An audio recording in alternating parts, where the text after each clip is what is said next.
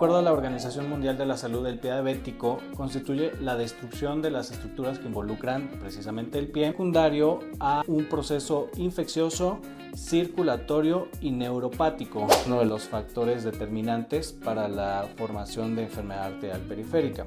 Tiene que ver las calcificaciones que se van creando dentro de las arterias, una tubería que se está llenando de sangre. Al estar obstruyéndose esta tubería, la cantidad de sangre que va a llegar a los tejidos distales pues va a ser muy poca. El principal factor de pronóstico es el tiempo que se tiene de diagnóstico de diabetes, el estado general del control de la diabetes.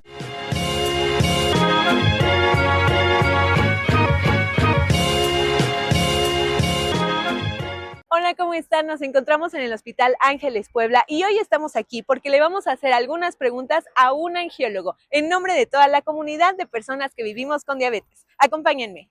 El doctor Vascularis nos comparte que, de sus pacientes, un alto porcentaje son personas que viven con diabetes y desafortunadamente acuden a consulta hasta que tienen alguna grave complicación. Es por ello que hoy nos comparte el mensaje y consejo de acudir con un especialista en este ámbito desde incluso antes de percibir algún síntoma. A ver si nos abre. Doctor Vascularis, ¿te podemos hacer unas preguntas de parte de toda la comunidad de personas que vivimos con diabetes? Sí, adelante, pasa. Excelente, vamos.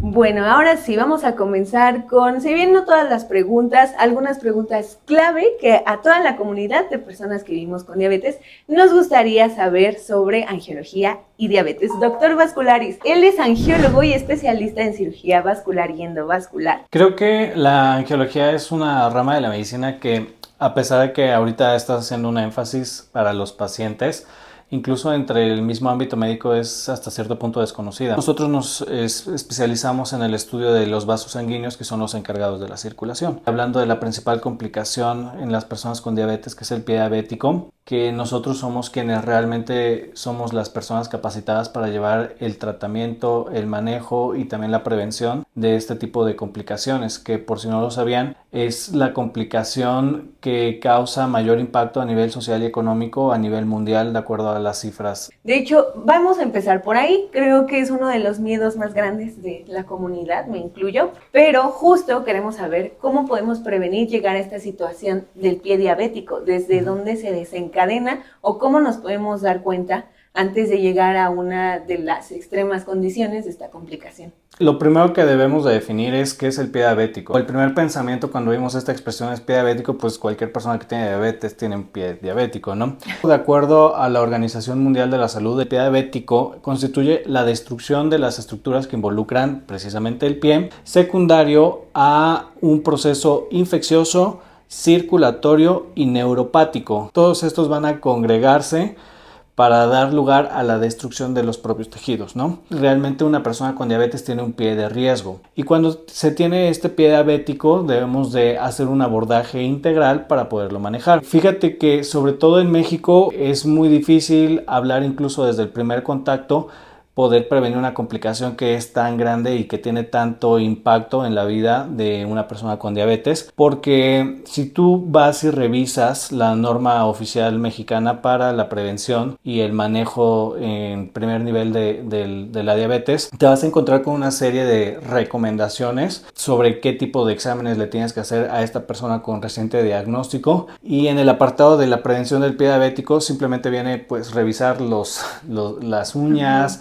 interdigital y ver la pisada, ¿no? Cuando tú ves las recomendaciones para otro tipo de complicaciones, por ejemplo la enfermedad de los riñones, la enfermedad renal o la ceguera, si vienen bien establecidos las revisiones cada cuánto se tienen que hacer, y para la diabetes en ningún momento te establecen si tienes que hacer algún tipo de detección, algún tipo de prueba para detección de enfermedad circulatoria. A lo mejor lo que sí viene un poquito es la parte de diagnóstico de la neuropatía diabética, pero hasta ahí es poco el tamizaje que se tiene para prevenir el pie diabético. Para las cuestiones de seguimiento de enfermedad arterial periférica, que es el tipo de complicación circulatoria que más está de la mano con la diabetes, se establecen tiempos de seguimiento de acuerdo a la valoración y de acuerdo a cada caso. Ahora, a enfermedad arterial periférica, ¿a qué nos referimos? Quedamos que el pie diabético involucra una parte infecciosa, una parte circulatoria y una parte neuropática. La parte circulatoria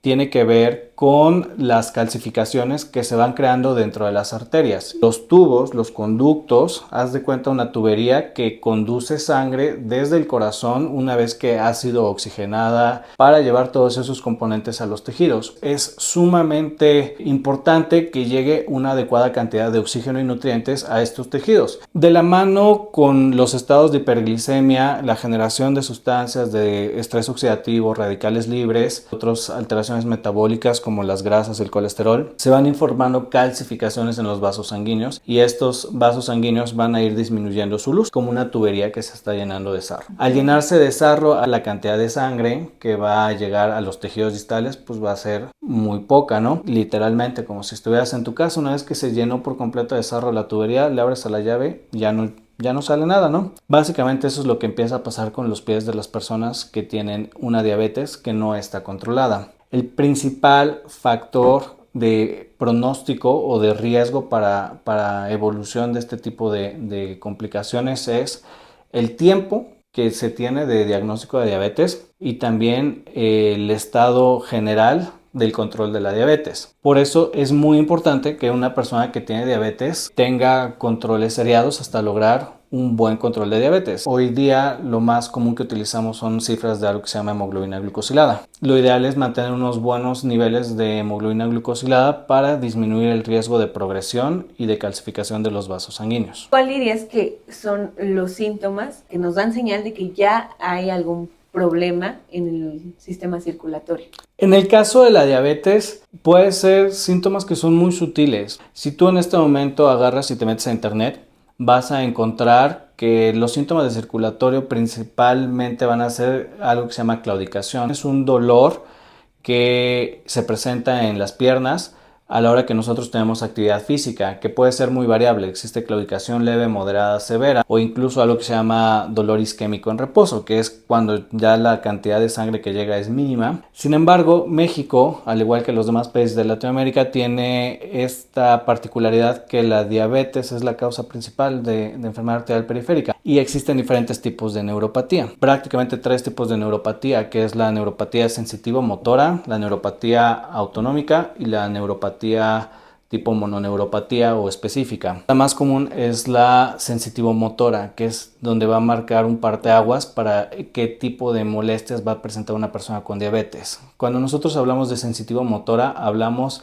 de movimientos involuntarios y hablamos de trastornos de la sensibilidad. Una persona que tiene diabetes puede no tener ninguna molestia y tener un problema circulatorio severo que a lo mejor lo han notado como parte de su rutina, ¿no? Como pues de repente me dan calambres, hormigueos, adormecimientos y es parte el propio trastorno neuropático con el trastorno circulatorio. Una persona que va a una consulta ya con el especialista o a un servicio de urgencias de un hospital es porque ya tiene una herida que no cicatriza, no cierra y no cierra y no cierra. Y esto pasa precisamente porque no tenemos la conciencia de ir constantemente a estos chequeos específicos del sistema circulatorio. Precisamente la mayoría de las personas, digo, es la cultura que tenemos aquí en México, hasta que tenemos un problema mayor es cuando decidimos acudir a consulta. No es lo mismo atender a una persona que tiene un problema circulatorio que está en una fase inicial a una persona que ya tiene obstrucciones totales de arterias principales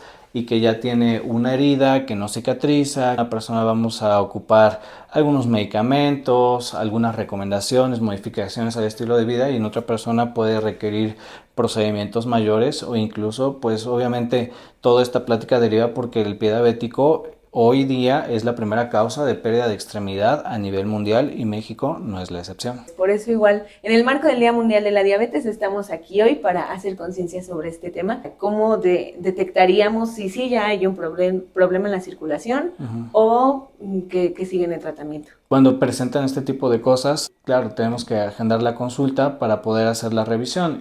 Tenemos lo subjetivo y lo objetivo.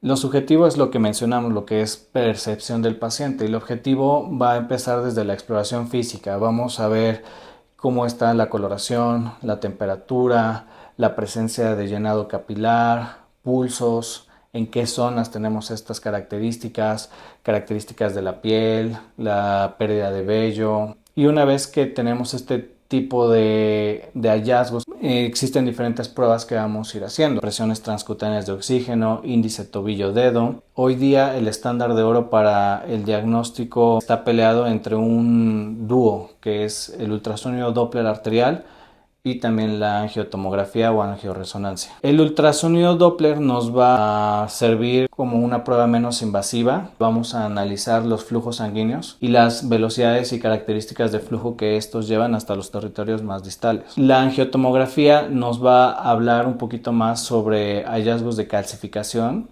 de dónde están los sitios de calcificación y obstrucción más severa. Una vez establecido el tipo de enfermedad, ojo, esto también es bien importante, no todas las personas con diabetes necesitan una angiotomografía, no todas las personas con diabetes necesitan un ultrasonido Doppler arterial. Dependiendo de sus características lo van a necesitar y otras no son necesarias, o a lo mejor nos quedamos solamente en la parte no invasiva. Una vez que tenemos el tipo de enfermedad circulatoria, integrándolo obviamente con el tipo de problemas, integramos todo eso y ya determinamos cuál es el tratamiento óptimo para esta persona. Un tratamiento médico o un tratamiento invasivo, un tratamiento con algún tipo de procedimiento o cirugía para mejorar la circulación y lograr que esta extremidad compense y no se pierda. Bueno, doctor Vascularis, una recomendación o consejo en general, ya nos diste varias, pero Muchas. Para cerrar y que las personas con diabetes que nos estén viendo tomemos conciencia de esta parte tan importante de nuestro cuerpo. Creo que la parte que tiene mayor impacto sobre todas las complicaciones es el control glucémico. Existen muchas personas que acuden conmigo a consulta que me dicen que tienen la glucosa controlada, sus niveles de azúcar controlada, porque toman un medicamento. Eso no es un control. Se deben de realizar laboratorios cada determinado tiempo dependiendo de los resultados del laboratorio anterior, para corroborar que se ha mantenido un buen control y un buen promedio de glucosa. Si nosotros tenemos un buen control de glucosa, la posibilidad de presentar cualquier otro tipo de complicaciones en los riñones, en los ojos y pues a nivel de la circulación en las extremidades es mucho menor.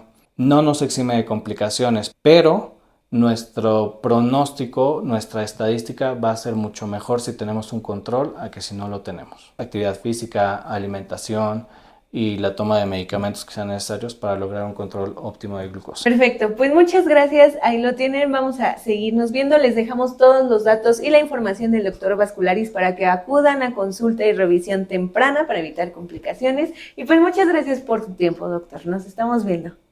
No, gracias a todos y saludo a todos.